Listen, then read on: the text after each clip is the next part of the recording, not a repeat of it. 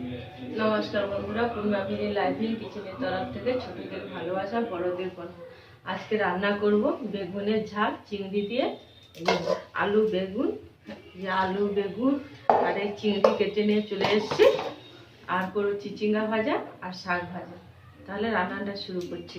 এই যে চিচিঙ্গাটা কেটে ধুয়ে নিয়েছি, যে শাকটা কেটে ধুয়ে নিয়েছি, শাকটা কেটে ধুয়ে নিয়েছি। তাহলে রান্নাটা শুরু করা যায়।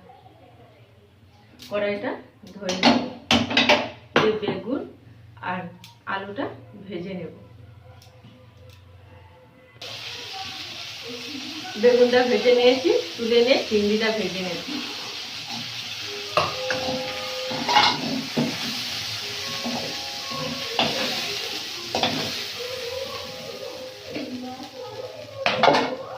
চিংড়িটা ভেজে নেব।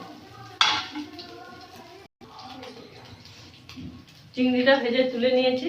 এবারে বেগুনের ঝালটা করবো, দিয়ে দেবো কালো জিরে, দিয়ে দেবো পেঁয়াজ কুচি। পেঁয়াজটা ভালো করে ভাজা করে নেব।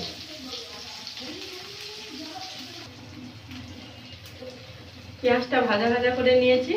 এবারে আদা আর টমাটোটা দিয়ে দেবো হলুদ গুঁড়ো, লঙ্কার গুঁড়ো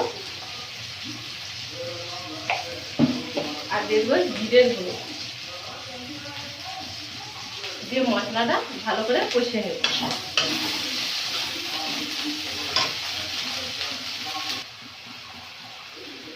মশলাটা কষানো হয়ে গেছে, মশলা থেকে তেল ছেড়ে গেছে। এবারে ভিজে রাখা আলুটা দিয়ে দেবো, আর দিয়ে দেবো স্বাদ মতন লবণ, দিয়ে মশলাটা কষে জল দিয়ে দেবো।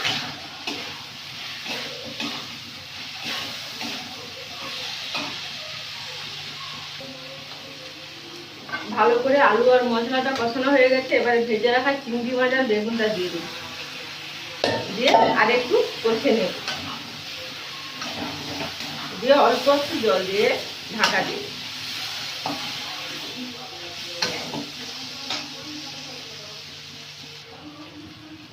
কষানো হয়ে গেছে, হালকা করে জল দিয়ে দিই, দিয়ে ঢাকা দিয়ে দিই।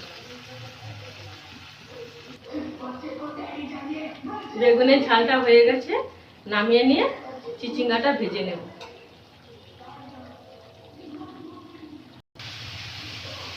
চিচিঙ্গাটা কড়াইতে দিয়ে দিয়েছি। এবারে লবণ আর হলুদ দিয়ে দিই, লবণ দিয়ে ভেজে নেব। চিচিঙ্গাটা ভাজা হয়ে গেছে, তুলে নিয়ে শাকটা ভেজে নেব।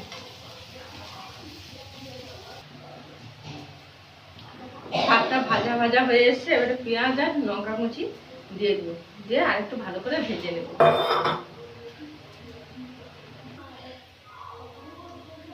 রান্নাটা হয়ে গেছে। বেগুন আলু দিয়ে চিংড়ি দিয়ে ঝাল, চিচিঙ্গা ভাজা, আর এখানটায় মূলো শাক আর কপি শাক ছিল, কপি পাতা, মানে নরম নরম কপি পাতা ছিল, ওইটা ভেজেছি।